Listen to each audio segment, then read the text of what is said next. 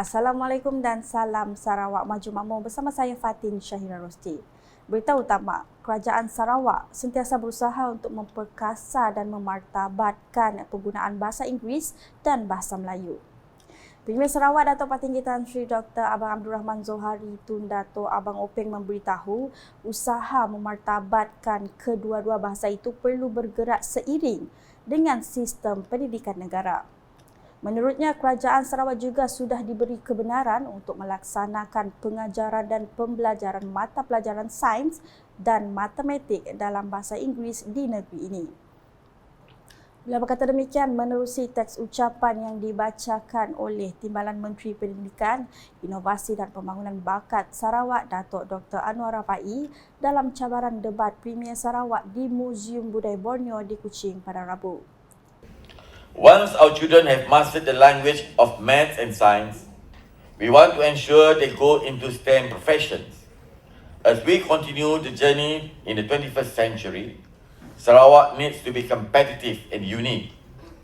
We have led the way with our hydrogen industry, our dual language programs, and our quest for what is owned by us under MA63.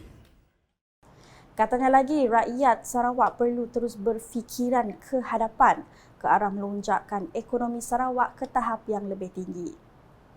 Laporan seterusnya, Sarawak Microelectronic Designs SMD bakal melancarkan program The Trainer in Semiconductors and Chip Design pada 14 November ini.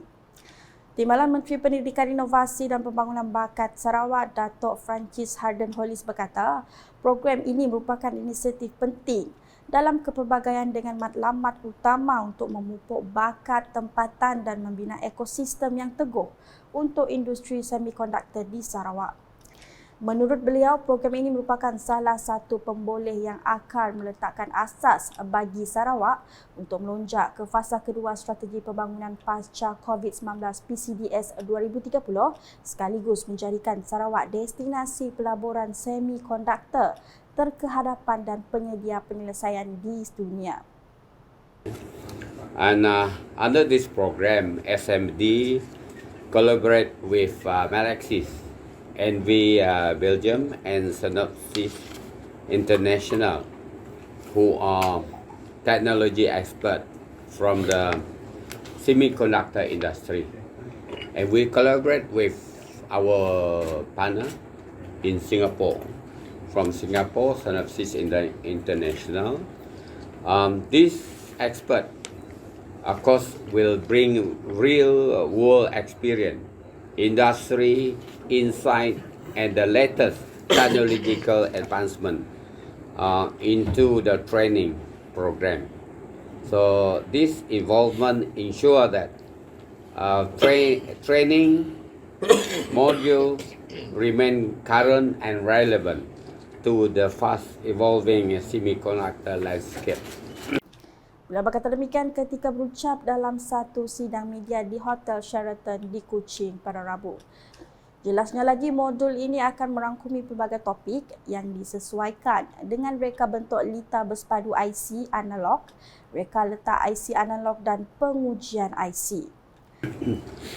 The trainers modules were designed by Synopsys and Melexis with input from SMD to ensure industry fit training module, which are essential for delivering education that directly meet industry needs or requirements and contribute effectively to the industry. So the module will cover a wide range of topics tailored to analog IC design, analog IC layout, and IC testing. Di bawah program ini, sebanyak 4 kursus akan ditawarkan iaitu reka bentuk IC analog, reka letak IC analog, ujian IC dan fabrikasi wafer yang bertujuan untuk melahirkan 500 profesional semikonduktor menjelang tahun 2030. Difahamkan SMD Semiconductor akan bekerjasama dengan institusi Mahir Sarawak iaitu Pusat Kecemerlangan Teknikal Sarawak Sentex dan Sarawak Skills dan menghubungkan institusi Mahir Sarawak dengan profesional dan pemain industri pakar dari pasaran global. Selanjutnya, penganjuran Forum Bandar Malaysia MUF 2023 merupakan platform untuk mencari penyelesaian dan tindakan yang dapat dilakukan bagi mencapai pembangunan mampan dan berdaya tahan.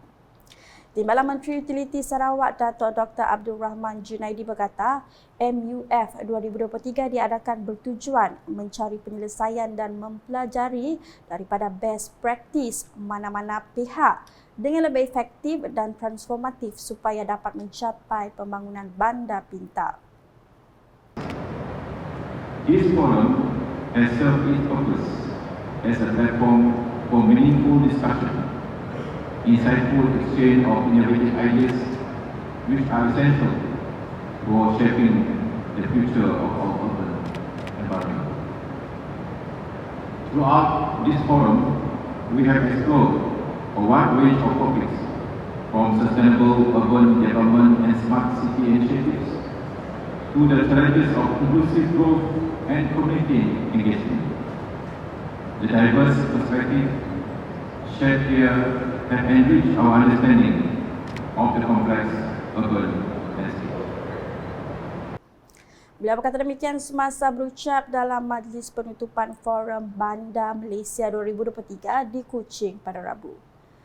Tambahnya, melalui usaha kolektif agensi kerajaan, NGO, institusi akademik, wakil sektor swasta dan rakyat yang prihatin dapat menangani pelbagai isu yang dihadapi dalam mencari penyelesaian dan membina masa depan bandar yang lebih cerah. Masih dengan perkembangan di Kuching, seramai 230 peserta dari dalam dan luar negeri telah mendaftar untuk menyertai Borneo Environment Conference BENCONS 2023 dijadual berlangsung pada 15 dan 16 November ini di Imperial Hotel Kuching. Pengurusi BENCONS 2023, Profesor Dr. Lau Seng berkata, tujuan persidangan itu diadakan bagi memberi kesedaran kepada orang ramai tentang perubahan iklim dan cara untuk menangani isu tersebut. Jadi konferensi ini adalah bertujuan untuk berikan penjelasan kepada orang ramai supaya mereka tahu apa sebenarnya perubahan iklim dan apakah tindakan yang kita boleh lakukan untuk membantu mengatasi keadaan yang berubah ini. Beliau berkata demikian selepas mengadakan kunjungan hormat kepada Timbalan Menteri Tenaga dan Kelestarian Alam Sekitar Sarawak, Dato' Dr. Hazlan Abang Hibni di Kuching pada Rabu. Dalam kunjungan itu, beliau juga telah menjemput Dato' Dr. Hazlan untuk hadir merasmikan persidangan itu nanti. Manakala di Song dengan agenda makmal rancangan pembaharuan bandar untuk daerah Song di Sibu kini diteruskan. Ahli Dewan Undangan Negeri Adun Katibas Lidam Ahsan bersama dengan pegawai-pegawai kerajaan telah mengadakan lawatan ke tapak projek bagi melihat sendiri cadangan tapak untuk setiap projek yang dirancang untuk pengkelasan kawasan. Jelasnya ianya bagi melengkapkan master plan bagi daerah Song dalam rancangan tersebut. Hadir sama pemangku pegawai daerah Song Harry Bruce Edwin, pegawai perancang Kementerian Pembangunan Bandar Sumber Asli Sylvester Ogang, pegawai Jabatan Tanah dan Survey Kapit Adi Syam Dolmadi serta Jurutera Majlis Daerah Kapit Muhammad Idris Muhammad Ali. Di Belaga pula, program pengoperasian pasukan petugas khas PPK bagi menangani isu penduduk Sarawak yang tidak mempunyai taraf kewarganegaraan diteruskan. Program anjuran Kerajaan Sarawak bagi menyelesaikan isu penduduk di negeri ini yang tidak mempunyai taraf kewarganegaraan telah bermula di daerah Belaga baru-baru ini. Bagi daerah Belaga, program ini dibahagikan kepada 5 kumpulan mengikut rumah panjang. Bagi kumpulan pertama yang bermula hingga 9 November 2023 melibatkan 9 buah rumah panjang iaitu Umar Bakong, Ulu Sungai Asap, Umar Bawang, Umar Nyaving, Umar Belor, Umar Kelap, Umar Lahanan, Umar Baloi, Liko, Penan, Talun dan Umar Juman. Kumpulan kedua akan bermula pada 10 hingga 14 November 2023 di Dewan Masyarakat Sungai Asap yang melibatkan 8 buah rumah panjang. Pada 15 hingga 16 November 2023, pasukan ini masih lagi berada di Sungai Asap sebelum mereka bergerak ke Belaga.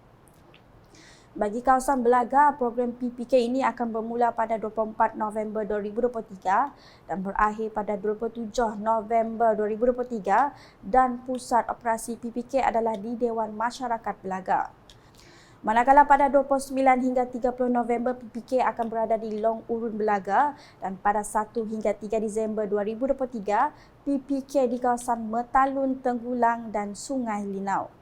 Dalam pada itu, orang ramai yang mempunyai masalah ketiadaan dokumen pengenalan diri adalah digalakkan untuk mengambil kesempatan ini dengan menghadirkan diri ke pusat operasi PPK ini pada tarikh dan di tempat seperti yang dinyatakan di dalam jadual yang telah diedarkan. Sekian edisi tengah hari bersama saya Fatin Syahira Rosti. Berita lebih lanjut boleh didapati di semua platform media sosial Lukas termasuk portal lukas.sarawak.gov.my dan Lukas channel di YouTube. Sebelum mengakhiri buletin Lukas, saksikan sorotan Majlis Penutupan Forum Bandar Malaysia 2023 di Kuching pada Rabu. #Saluran Informasi Rakyat. Salam Lukas.